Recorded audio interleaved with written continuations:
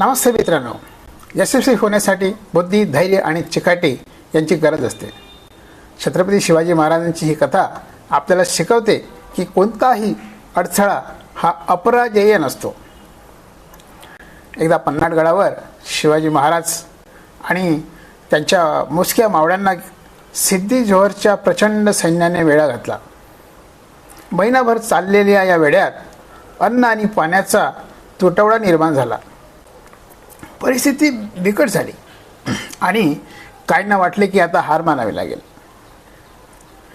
पण महाराज हार मानणाऱ्यांपैकी नव्हते. त्यांनी एक जबरदस्त युक्ती आखली.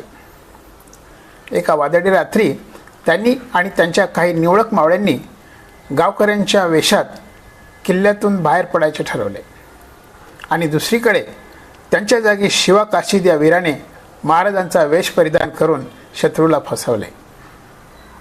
महाराज आणि त्यांचे मावळे कठीण परिस्थितीही निर्धाराने चालत राहिले.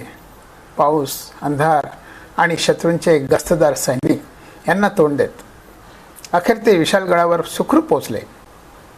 ही केवळ सुटका नव्हती, तर एका महान नेत्याच्या चिकाटीचा आणि रणनीतीचा तो विजय होता. नंतर महाराजांनी नव्याने सैन्य उभे केले आणि हरवलेली भूमी पुन्हा जिंकून दाखवली.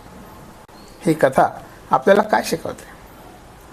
संकटे येतील, पण चिकाटी, युक्ती आणि आत्मविश्वासाच्या जोरावर आपण यश मिळवू शकतो. कधीही हार मानू नका. नवीन संधी शोधा, कल्पकतेने मार्ग काढा आणि पुढे चालत राहा.